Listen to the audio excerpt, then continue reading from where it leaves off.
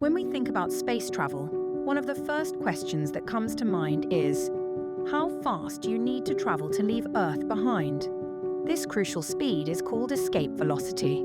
But what does it really mean? Escape velocity is the speed an object must reach to break free from Earth's gravitational pull without any further propulsion. This doesn't mean we're escaping gravity entirely.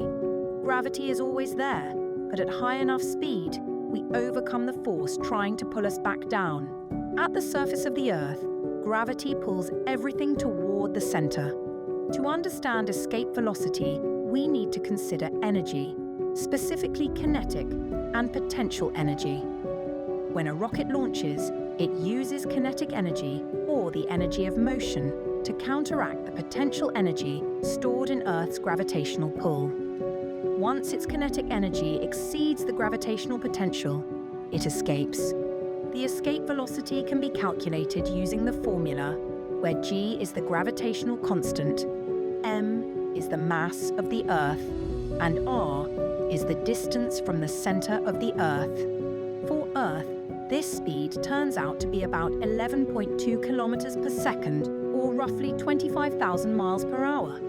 But rockets don't necessarily have to travel at this speed continuously. Rockets work by using fuel to constantly accelerate and reach the necessary speed in stages. Spacecrafts like the Apollo missions reached escape velocity with the help of powerful boosters, propelling them beyond Earth's gravity well. Escape velocity isn't just for Earth. It varies depending on the mass and size of the planet or celestial body. For example, the escape velocity from the Moon is just 2.4 kilometers per second because its gravity is much weaker. While on Jupiter, you'd need to reach a staggering 60 kilometers per second.